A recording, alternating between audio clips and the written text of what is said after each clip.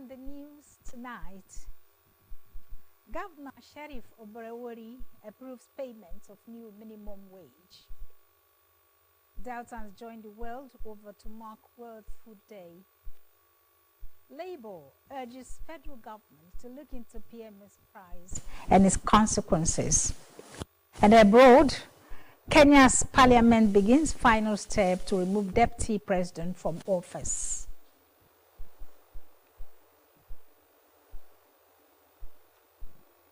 Good evening. Thank you for joining us on Delta Television News tonight. My name is Pauline Okoli. Governor Sheriff Oborevwori has approved the payment of the new national minimum wage to workers in the state with effect from October. The Secretary to the State Government SSG, Dr. Kingsley Emu, disclosed this during a meeting of the Committee of the New Minimum Wage with leadership of the organized labor in Delta State, comprising the Nigeria Labour Congress, NLC, the Trade Union Congress, TUC, and the Joint Negotiating Council, JNC, to discuss the implementation of the new national minimum wage. Dr. Emu said the meeting was at Governor Oborevwori's instance, who directed the immediate payment of the new national minimum wage starting from this month. He said the minimum wage committee agreed that no payment will be made until the National Income Salaries and Wages Commission sent the chart, noting that the committee had received the chart. The SSG pointed out that the committee in its last 3 sessions x-rayed the consequential adjustments and implications on cash flow. He said though the state was yet to determine all the ramifications of the consequential adjustments and the future cash flow requirements of the state, pointing out that the governor directed full implementation, following the pains of the people as a labor-friendly governor. Responding, Chairman of the Nigeria Labour Congress, NLC, Comrade Goodluck Ofobruku, commended Governor Oborevwori for the prompt approval and assured the governor of the support of Labour and its affiliate union in the realization of set goals. The state's acting governor, Sir Monday Onyeme, has identified natural hazards arising from climate change, low level of technology adoption, attacks on farmers and farmlands, distortion in the input supply chain, and absence of farmers' education as serious challenges to food security in the country. Sir Onyeme stated this while declaring this year's World Food Day open at the Cenotaph, Asaba. Pere Butu has details. In 1979, the United Nations Food and Agriculture Organization, FAO, declared October 16 as the World Food Day to commemorate its founding in 1945. The day was established to raise awareness on global food security, poverty, and hunger. The World Food Day raises awareness about hunger, malnutrition, food insecurity, and promotes sustainable agriculture and food systems. The day also encourages international cooperation to achieve zero hunger and celebrate achievements in food security and sustainable development. At this year's event in Asaba with the theme Right to Food for a Better Life and a Better Future, Sir Onyeme said in spite of the challenges plaguing the sector, the state government had made plans to ensure that farmers carried out their businesses without any form of fear. He restated government's commitment towards smart agriculture and implementing the Delta State Government Livestock Management Law, as well as the steady supply of agricultural input to farmers such as seedlings, seeds, agrochemicals, feeds, and fertilizers. According to the United Nations Universal Declaration of Human Rights, everyone has a right to a standard of living adequate for the health and well-being of himself and his family, including right to food, clothing, housing, among others. Therefore, having nutritious food in the right quantity is a right and not a privilege. Sir Onyeme noted that this year's theme highlighted the importance of human right to food with collective responsibility of government and all relevant stakeholders to ensure that food was available and also at an affordable price. He enjoined all to engage in farming, especially crop, livestock, and fishery production, stressing the need for investments in agribusiness to boost aggregate output, ensure sustainable food supply, and eliminate hunger. The acting governor affirmed that in realization to the objective of this year's theme, the state government had set up a committee on food security. Sir Oyeme disclosed that over 6,000 farmers had been given agro inputs, while an additional 2,000 would be supported in collaboration between the state government and the African Union Development Agency. He stated that the Ministry of Agriculture and Natural Resources had concluded arrangements to supply inputs to about 1,000 farmers in cassava and rice production in the next dry season farming. The State Commissioner for Agriculture and Natural Resources, Honorable Val Arenka, said the World Food Day offered a platform for stakeholders to evaluate the nature and extent of world food prospects and challenges, as well as the measures at the subnational, national, and international levels to end hunger, malnutrition, and poverty to ensure food security.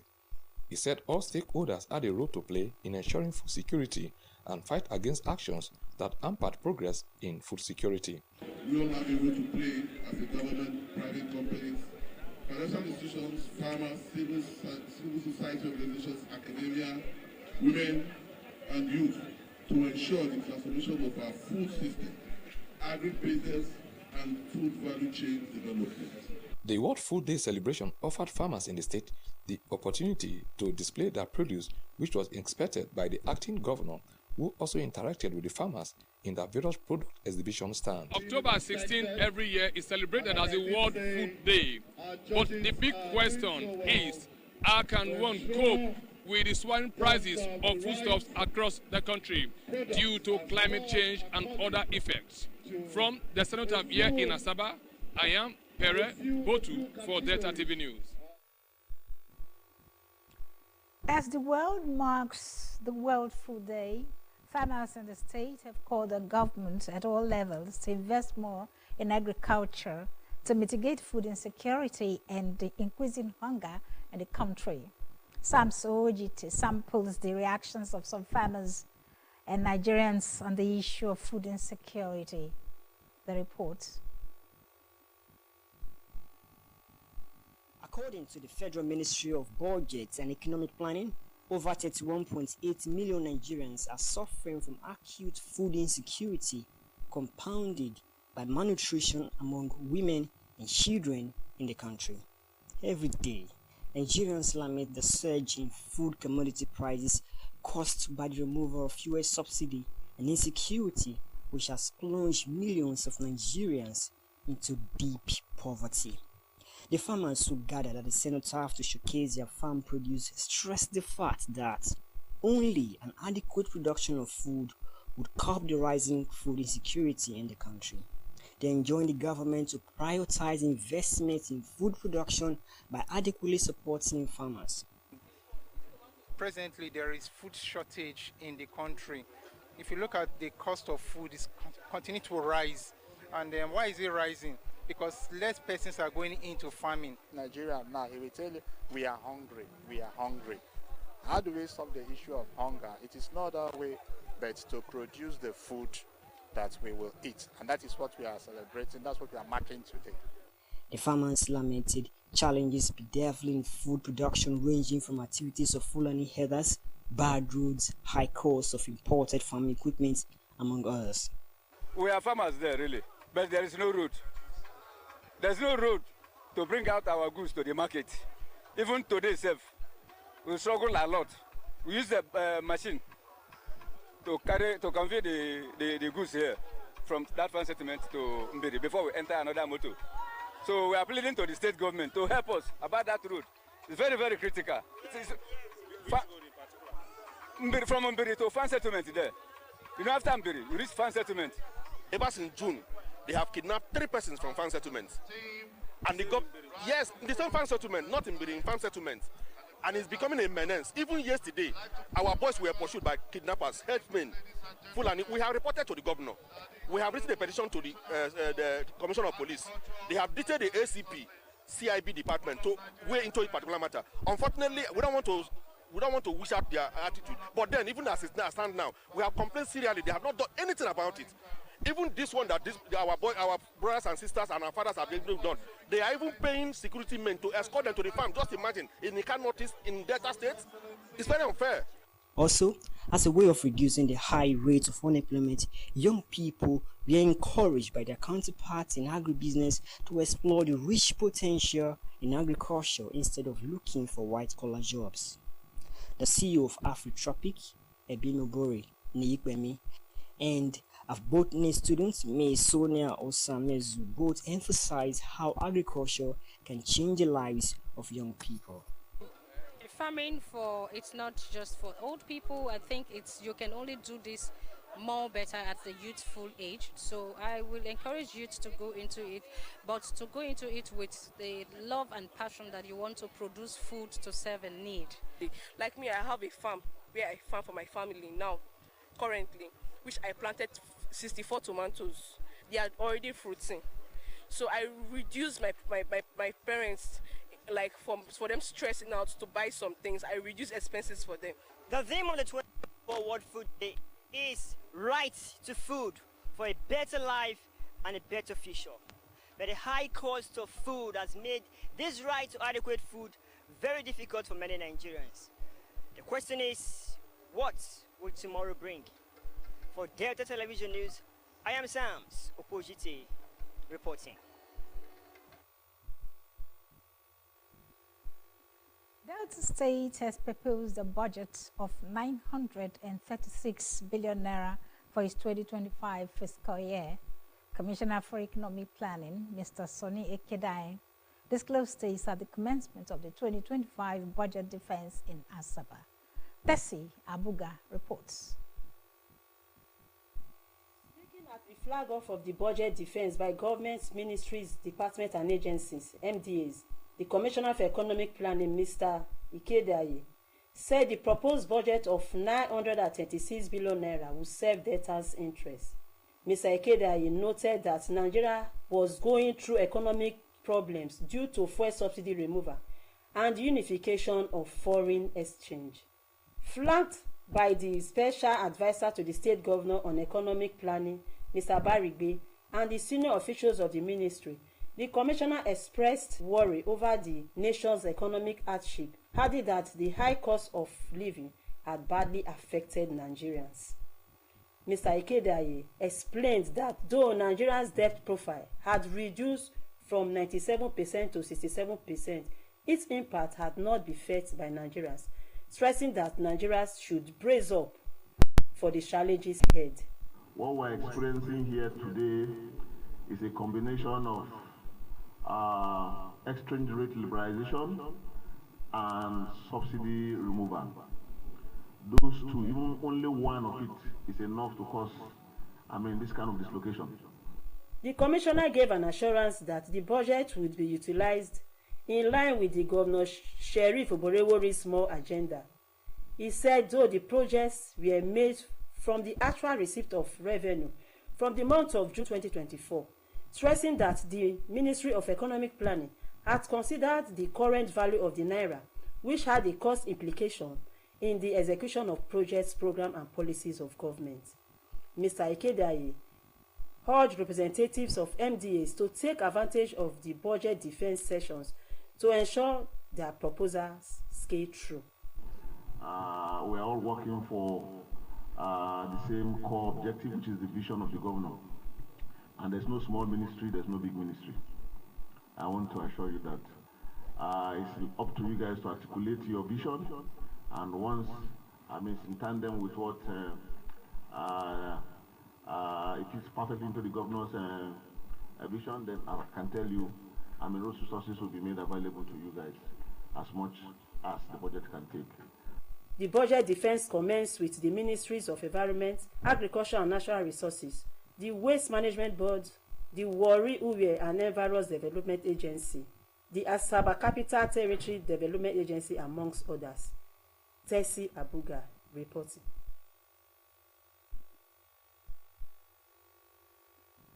The Executive Secretary of the Delta State Pension Bureau, Comrade Lawson Efenudu, has told civil servants and retirees in the state civil service that their pension is now easier to access.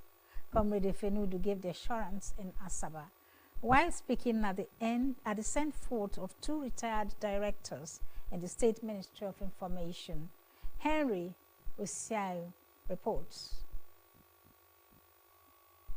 Said that fear of many civil servants after serving meritoriously and retiring from service was how to access their pension labor for in their service years.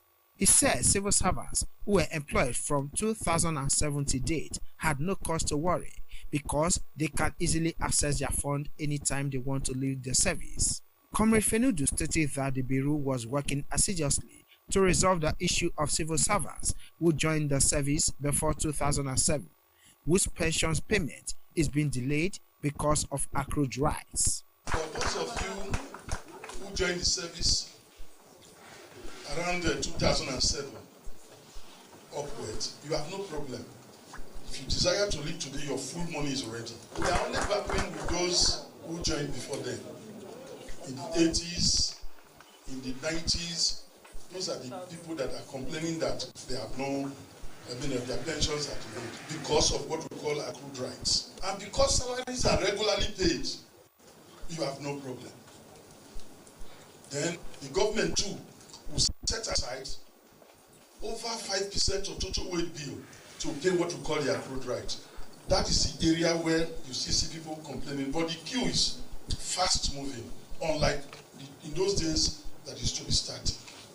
Comrade Efenudu commended Governor Sheriff Oborewori for sustaining the pension administration procedure initiated by the immediate past administration. So we commend the government because the tempo was at its peak and it is sustained in this administration. This Sheriff administration has sustained the same tempo. He urged civil servants to discharge their duties in line with the extant rules. The joy of every civil servant is to retire and access pension and gratuity without stress.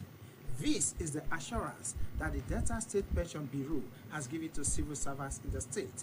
Indeed, this is a welcome development for every civil servant in Delta State.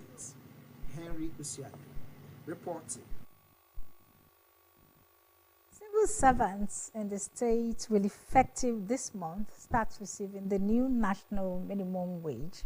The state head of service, Mr. Reginald Bayoko, disclosed this when he featured in a Delta Television Asaba flagship program, Morning Ride. Esther Oputa reports.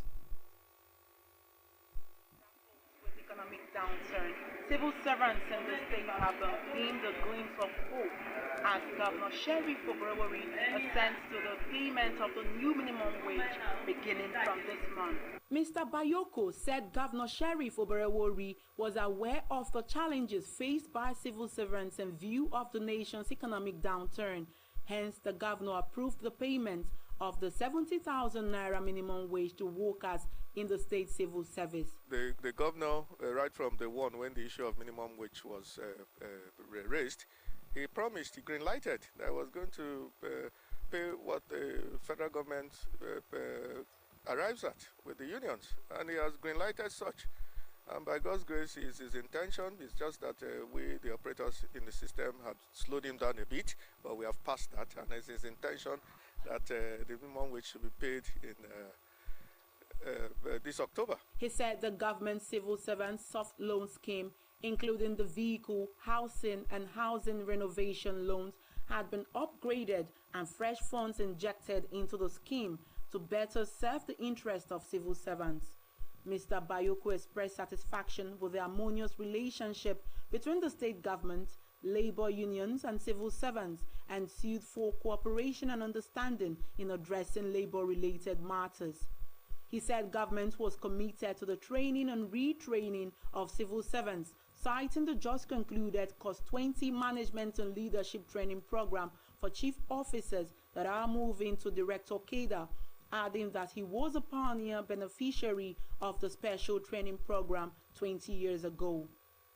The head of service expressed worry over the lack of speed in processing documents of officers due for promotion, leading to build-up of promotion arrears payment for government. Mr. Bayoko commended civil servants for their resilience in the face of the nation's economic woes and described them as the backbone of the government's developmental agenda. Service delivery under this economic downturn has still maintained its tempo. And the reason being that the government of Governor Sheriff Oborowori has, as much as possible, tried to cushion the effect of the challenging economic times on civil servants. And like I did mention, or I've mentioned in several fora, the flexible working arrangement is meant to make you adjust to give your best at every given point in time. It saves you a few costs in terms of not coming to the office every day, and the few days you come to office, you give your optimum best. For Delta TV News, I am Esther Oputa. A new president has been elected for the Delta State Hospital Management Board, HMB, Staff Multipurpose Cooperative Society 2. Mr. Emmanuel Emelerita, a emerged leader of the Cooperative Society, at an election held at the Stephen Keshi International Stadium, Asaba. The election held at the Stephen Keshi Hall, Asaba. Henry Onogwa reports. Today turned out in their numbers to exercise their civic responsibility. Mr. Emelerita emerged president of the cooperative after pulling 208 votes to defeat his closest rival. The election started with the accreditation of members and was witnessed by the State Commissioner for Trade and Industry, Honorable Samuel Oligida, represented by the Director of Commerce in the Ministry, Mr. Phyllis Osaji. In his remarks, Honorable Oligida expressed satisfaction with the peaceful outcome of the election and enjoined the winner to be magnanimous in victory and carry all members along. Everybody is happy that there's a new administration, and I wish that things can be done correctly. In his acceptance speech, the new president of the Cooperative Society, Mr. Emelerita, assured members that he would work towards reviving the cooperative, adding that he would ensure accountability throughout his tenure. He noted that the body has suffered maladministration and misappropriation of funds for more than 12 years, stressing that the new executives would not tolerate misappropriation of funds.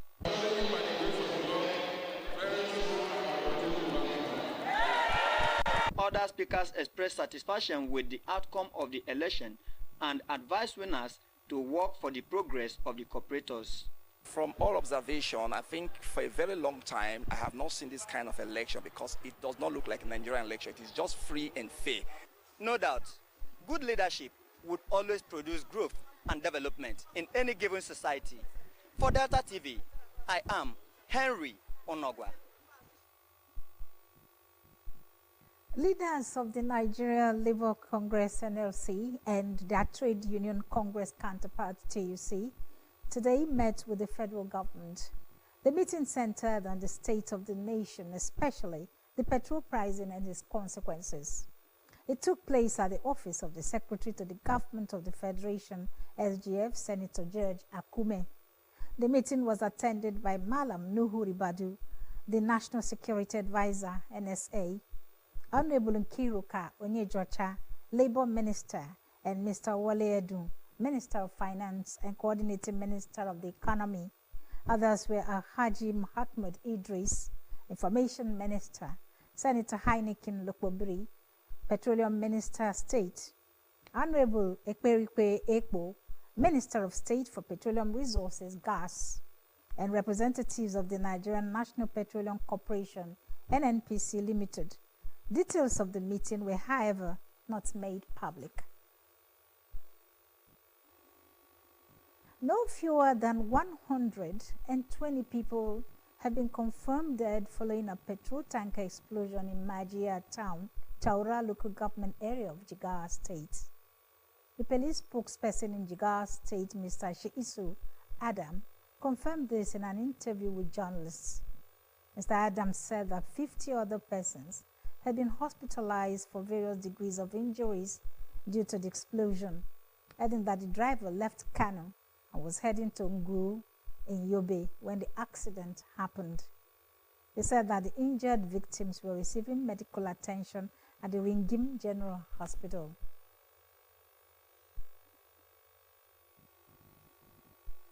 The Minister of Finance and Coordinating Minister of the Economy, Mr. Wole Edun, has unveiled the federal government's economic reforms that would reduce inflation, create jobs, and foster growth in the key sectors of the nation's economy. Mr. Edun disclosed this at the 30th Nigeria Economic Summit in Abuja. He said the federal government was focused on agriculture, manufacturing, oil, and housing as vital drivers of Nigeria's economy, adding the intention was to tackle poverty by enhancing agricultural productivity and food security, which was essential to lowering the high inflation rate. The minister said the government was partnering the African Development Bank, AFDB, to establish agricultural processing zones which would provide a robust supply of raw materials for domestic industries, stressing that the government would also address housing affordability, launching a mortgage scheme that would offer near single-digit interest rate on loans spanning up to 25 years. He said that the policies were designed to cut operational costs and increase job opportunities within the sector, noting that the measures had encouraged Nigerian manufacturers to invest in the country's economic prospects. The House of Representatives has frowned at the executive led by President Bola Tinubu over delays in submitting the 2025 budget proposal to the National Assembly. The lower chamber added that the time the National Assembly required to exercise its functions as enshrined in the Nigerian Constitution was technically being taken away by the non-compliance with the Fiscal Responsibility Act 2007 by the executive. The lawmakers have therefore mandated its committees on national planning and economic development, appropriation and finance to ensure compliance within 2 weeks. The decision of the House followed the adoption of a motion of urgent public importance moved at plenary by Honorable Clement Jimbo. Moving the motion, Honorable Jimbo said the Fiscal Responsibility Act 2007 provides for the prudent management of the nation's resources and ensures long-term macroeconomic stability of the national economy. The House of Representatives has waded into the increase in the pump price of petroleum products, demanding an urgent reversal of the hike in the price of the fuel and cooking gas. In a motion moved by the Deputy Minority Leader, Honorable Aliyu Madaki, and sponsored by 111 members of the House called for the immediate reversal of the price increase in petrol and cooking gas. According to the lawmakers, the hike has caused severe hardship on Nigerians and is threatening job security in the country. The Green Chamber also asked the Nigerian National Petroleum Company Limited, NNPCL, and the Ministry of Petroleum Resources to increase local refining capacity. The lawmakers also called on the Central Bank of Nigeria, CBN, to implement monetary policies that would mitigate the adverse effects of fuel price hikes on inflation. The Senate has confirmed 21 nominees as federal commissioners for the Revenue Mobilization Allocation and Fiscal Commission, RMAFC. The confirmation was a sequel to the presentation and consideration of the report of its Joint Committee on National Planning and Economic Affairs and Finance for the confirmation of the nominations for appointment as federal commissioners in the Revenue Mobilization, Allocation and Fiscal Commission, RMAFC. Senator Yahaya Abdullahi, KB, PDP KB, presented the report. Those confirmed by the Senate included Mr. Aruvieri Egarewa, Delta State. In his remarks, the President of the Senate, Senator Godswill Akpabio, advised the new commissioners to give their best in the job ahead of them and be good ambassadors of their states and the country. You're watching Delta Television News. Still to come, Kenya's parliament begins final step to remove deputy president from office. Please stay with us. We'll be back. What happens when greed meets desperation? Yeah. How far would you go to get what you want? Even my life is even on the line.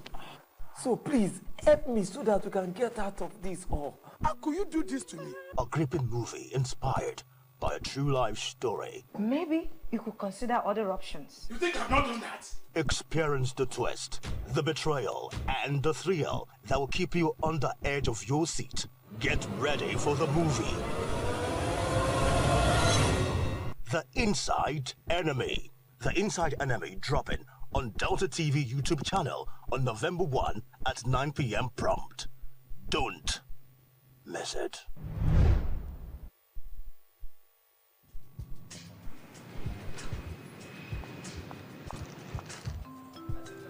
Your flight will be ready shortly, ma'am. Thank you.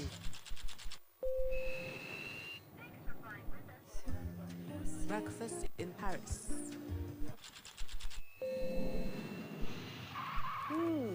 Lunch in London. This could be you. And there's more. Hey, Mai, tell them more. Of course. Now this is what I call a win. And this could be you too in the Globe Festival of Joy program.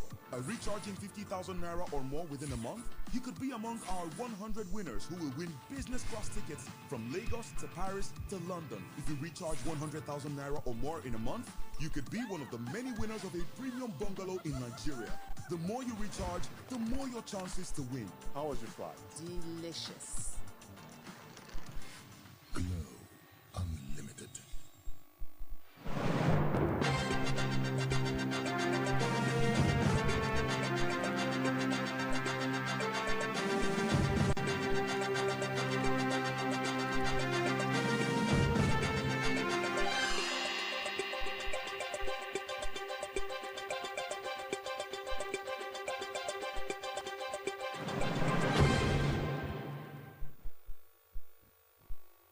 Glad to welcome you back to Delta Television News. The global scene is next as we join our World News Desk. Kenya's parliament has begun the final step to remove the deputy president, Mr. Rigathi Gachagua, from office. An overwhelming majority voted in the National Assembly last week to approve his impeachment, setting the stage for the two-day trial in the Senate that decides whether or not to oust him. The deputy president faces 11 charges, including corruption, inciting ethnic divisions and undermining government, all of which he denies. The row follows his recent fallout with President William Ruto, who has remained silent about the matter. The United States has written to Israel, giving them 30 days to boost their humanitarian aid access in Gaza or risk having some U.S. military assistance cut off. The letter sent amounts to the strongest known written warning from the U.S. to its ally and comes amid a new Israeli offensive in northern Gaza that has reportedly caused a large number of civilian casualties. It says the U.S. has deep concerns about the deteriorating humanitarian situation, adding that Israel denied or impeded nearly 90% of humanitarian movements between the north and south last month. At least 10 Indian flights have received harsh bomb threats over the past 48 hours, leading to long delays and diversions. Report says harsh bomb threats to airlines were not unusual in India, but it's not clear what triggered the sudden surge, adding that Singapore's Air Force sent 2 fighter jets to escort an Air Indian Express plane away from populated areas following a bomb threat. As an Air Indian plane from Delhi to Chicago had to land at a Canadian precautionary measure. Air India said in a statement that it is to identify the people behind the threats and would consider legal action to recover damage incurred, stating that every Indian airport has a bomb threat assessment committee which assesses the gravity of the threat and takes action accordingly.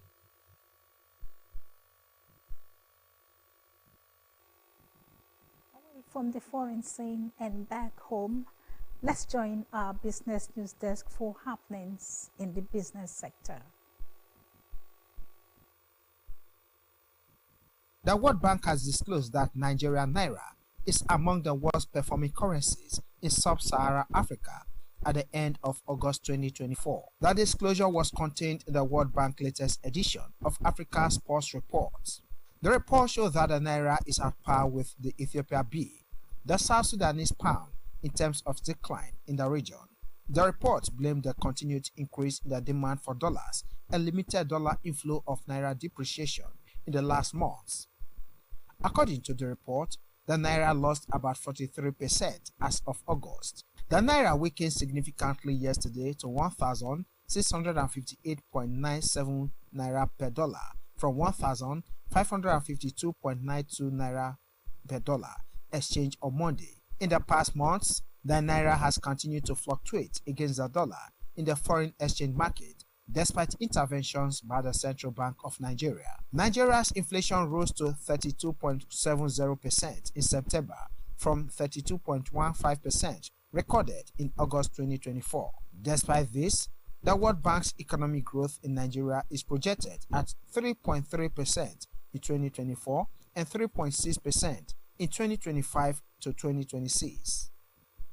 The governor of the Central Bank of Nigeria, Dr. Olayemi Cardoso, has revealed that the bank is currently working to launch a comprehensive revamped version of its website to boost transparency and accountability. Dr. Cardoso said this at a special summit dinner event at the 30th Nigeria Economic Summit in Abuja. He said the newly designed website will provide a more user-friendly experience and greater access to information, ultimately supporting its commitment to transparency and accountability and building trust with its stakeholders. The CBN website is a platform for disseminating information about the bank's operations, financial statistics, regulatory frameworks, and updates on monetary policy. And now sports news. The state government has called on the private sector and corporate organizations to partner with the state government in sponsoring and development of any sporting event. The acting governor, Monday Onyeme, stated this while declaring open the 2024 edition of the Zenith Bank Delta Principals Cup football competition at the Sports Pavilion, St. Patrick's College, Asaba. Perebotu has details.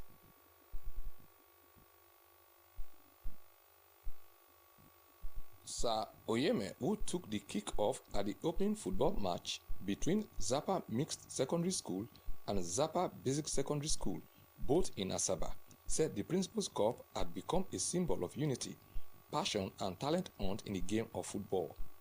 The acting governor lauded the participating teams for their sportsmanship, which had sustained the competition, adding that the competition was also about building character, fostering teamwork and shaping future leaders. Football, as we all know, is more than just a game. It teaches us invaluable lessons of life on how to handle both victory and defeat, and to persevere in the face of challenges. Most importantly, the students gain experience on teamwork that facilitate achieving a common goal. The lesson will serve the students well in all areas of life. In addition, football has become a very big business. Football players across the globe have become billionaires, playing their trade across many countries. Let us use this competition to justify the saying that catch them young. He said about 544 secondary schools across the state are participating in the tournament at the preliminary level. The acting governor said one champion would emerge from each local government area to meet at the zonal stage at 8 venues, adding that the number would reduce to the last two finalists that would play in the final match. Sir Oyeme commended Zenith Bank PLC for identifying with the state government in promoting school sports and IDE Plus Limited for bringing the idea into fruition, and expressed the hope that it would be to other areas. The State Commissioner for Secondary Education, Mrs. Rose Ezewu, said the competition would be full of actions as public and private secondary schools across the state are participating in the tournament, with the winner going home with a bus and other attractive prizes. As we witnessed in the recent resounding victories of Delta State athletes in the National Youth Games, there is no doubt that the more agenda of His Excellency, Right Honorable Sheriff Oborogbo-led administration is bearing fruit. She said the winner of this tournament would represent Delta State in the forthcoming secondary schools football competition in Nigeria and commended Zenith Bank for sponsoring the annual event. I am Pere Botu reporting. The Confederation of African Football, CAF, has announced Morocco as host of the 2024 edition of the CAF Women's Champions League Finals. The CAF said the competition would run from November 9 to November 23. Morocco had hosted the last edition of the competition. Nigerian champions Edo Queens are among the 8 teams that will compete at the tournament, the Premium Women's Football Club competition in Africa. Mamelodi Sundowns of South Africa are the current holders of the competition. Winners will get $400,000 in prize money, with runners-up walking away with $250,000. Our thoughts for the day: the desire to succeed means nothing without the will to prepare.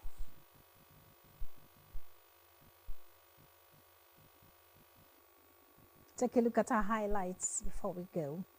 Governor Sheriff Oborogbo approves payment of new minimum wage. Deltans join the world over to mark World Food Day.